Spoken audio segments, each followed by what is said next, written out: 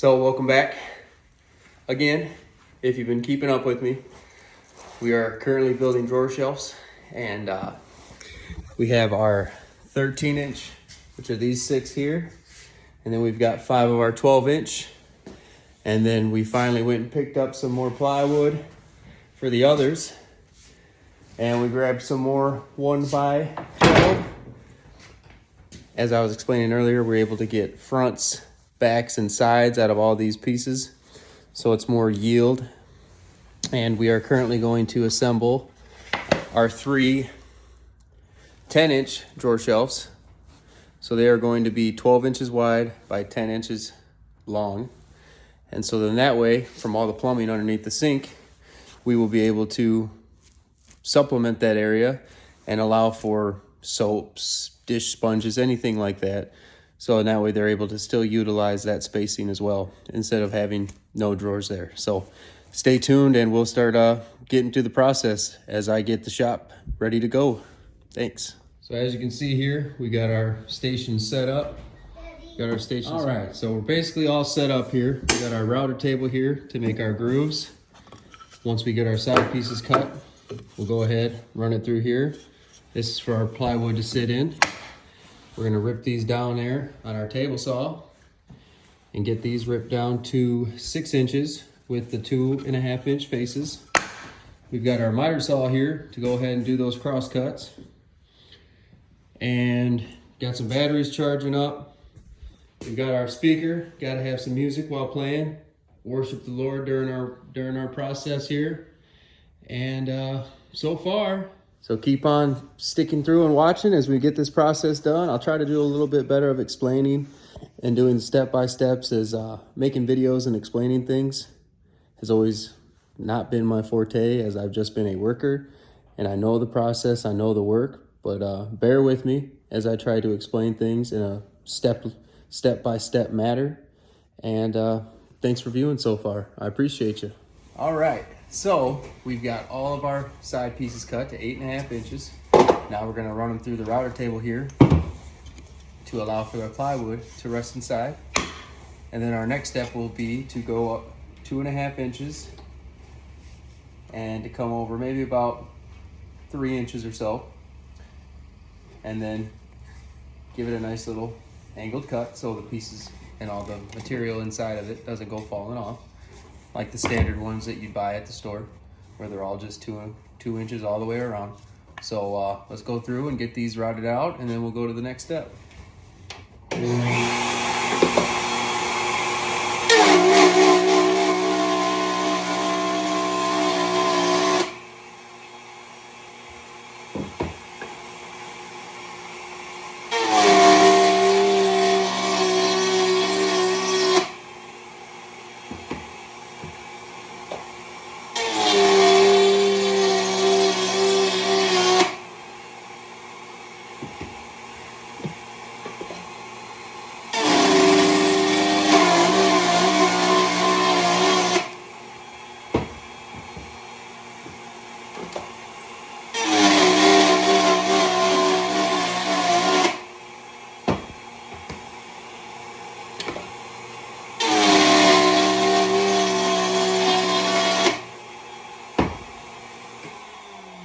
Now, this is one of my favorite tools. I love routering. I think it's fun. It's a good process.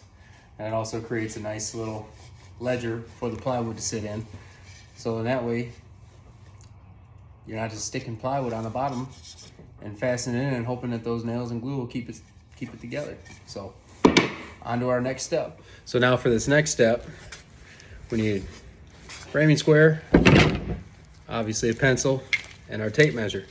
So you want to make sure that you do these on opposite sides. So I have my stack of 3 here and another stack of 3 here, and I'm going to tell you why. Because on my first attempt doing these, I cut them all on the same side.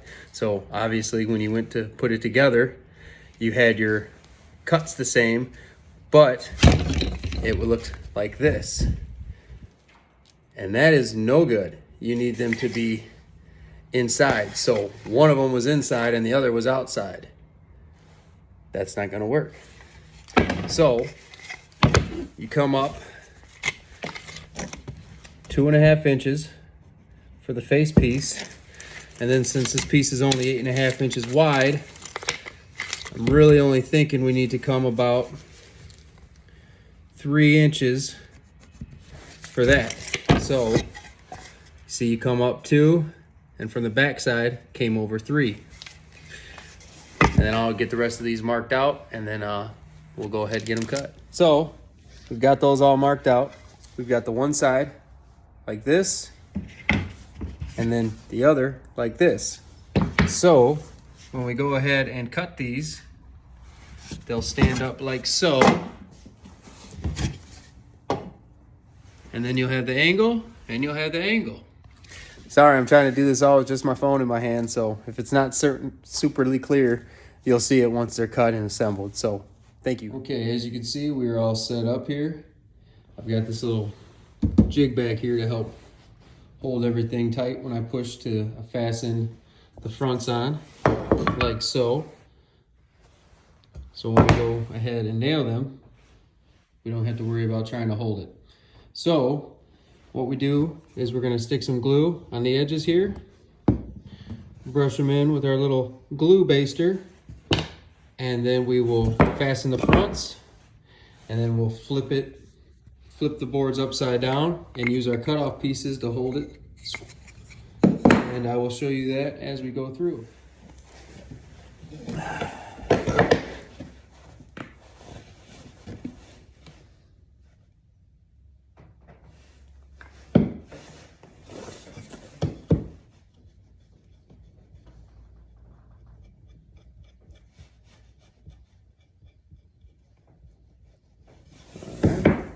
I kind of like to put it on the baster myself just during this process because you don't need too much of this wood glue, but it also helps create another bond between the two materials along with your nails.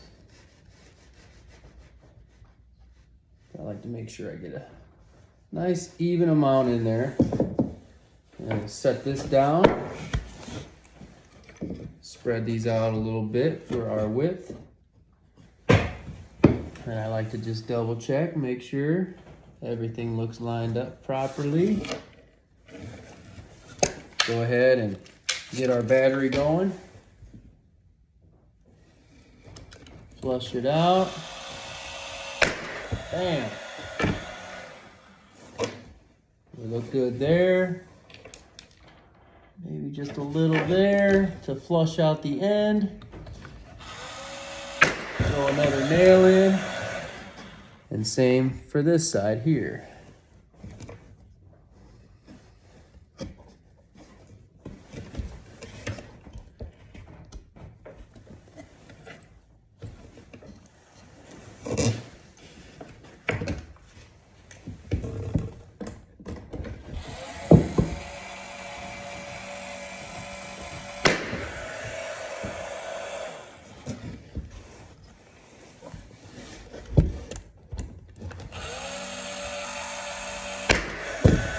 Okay. Then for even a little extra reassurance, I like to put one down there. Good.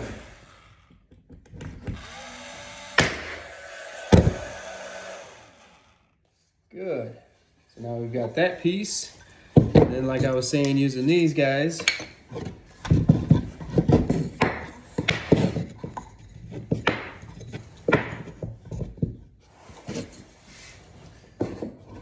that way it holds it up for us. And then we will go ahead and do the back sides.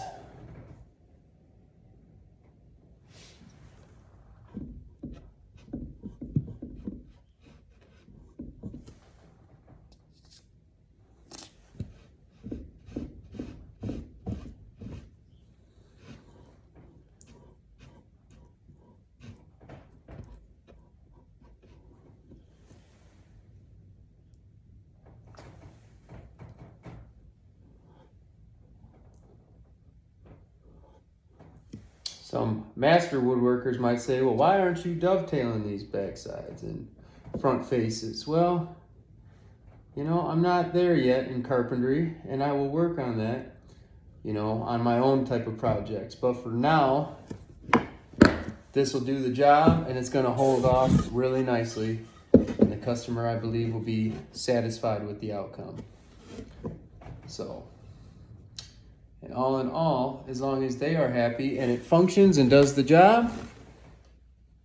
And I also watched a YouTube channel called Woodworking with Wes, and this was the way he did it. So I kind of went off of his expertise as a woodworker and figured I would give his method a chance.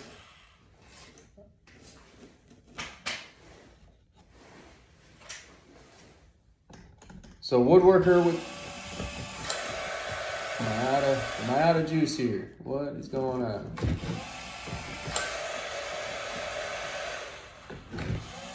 There we go. Now for the other side to get fastened. Good.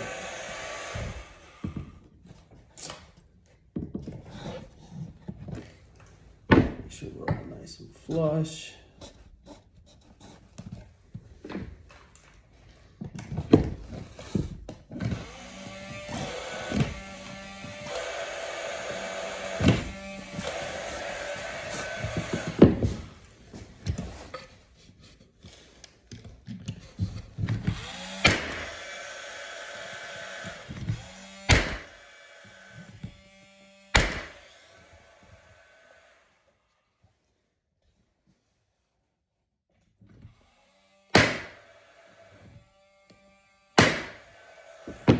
There we are.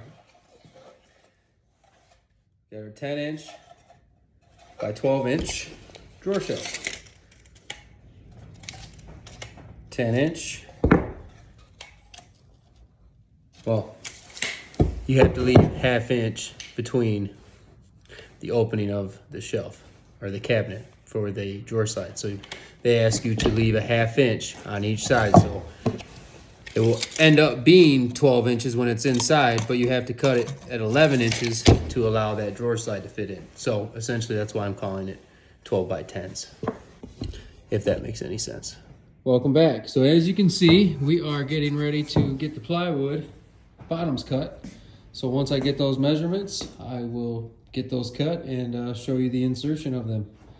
Stay tuned. All right, welcome back. So after getting the measurements for the bottoms, we ended up having some 3 cutoff pieces on my drawer shelves yesterday.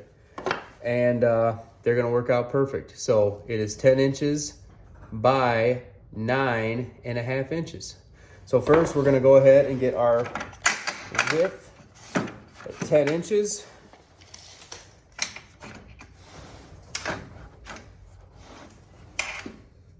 Get that all set up. 10 inches. 10 inches. Let's get these 3 ripped.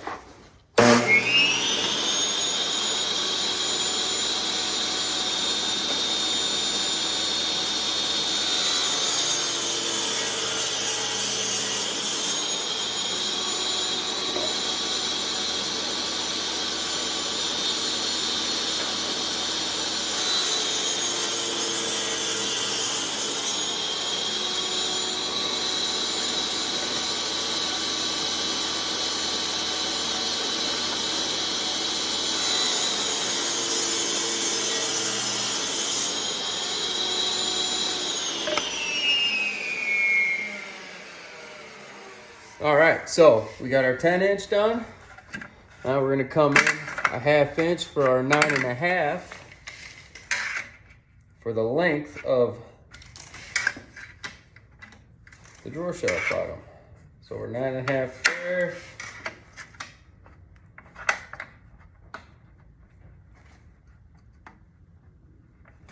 Nine and ½ there. So we will go ahead and stick them in like so.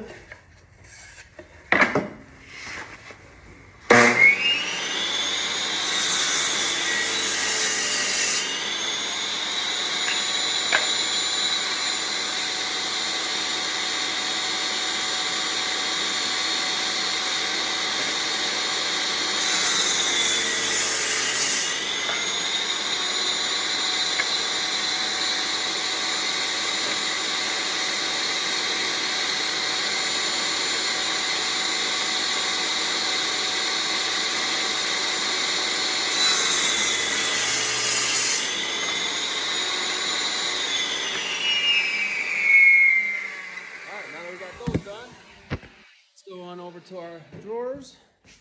Go ahead, see if they fit in there.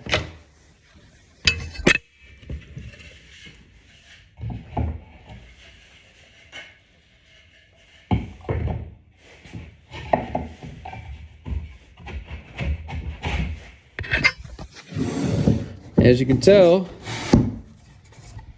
starts a little bit of this, and bam, there we go.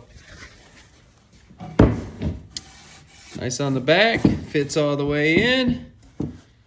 Voila. So our next step will be to go ahead and take these drawers, stick a little bit of glue on the edges, and then we're gonna fasten it with some 2-inch nails. So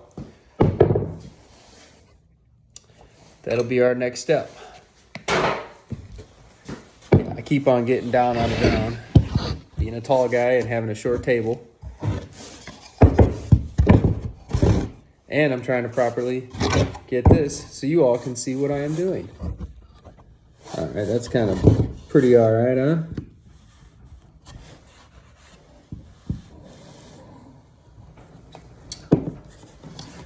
Take our little baster spreader.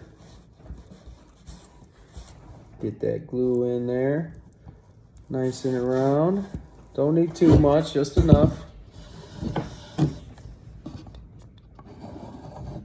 Hit the 3 sides. Little K. Aunt Kay is at work, buddy.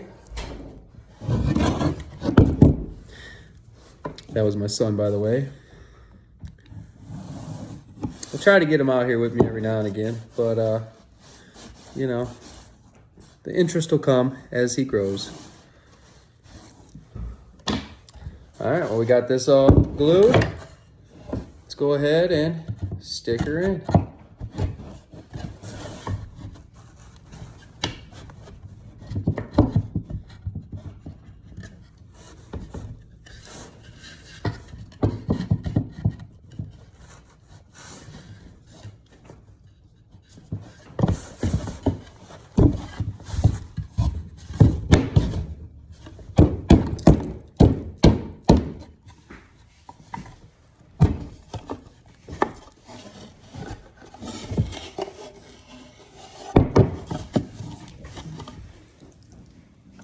There you have it.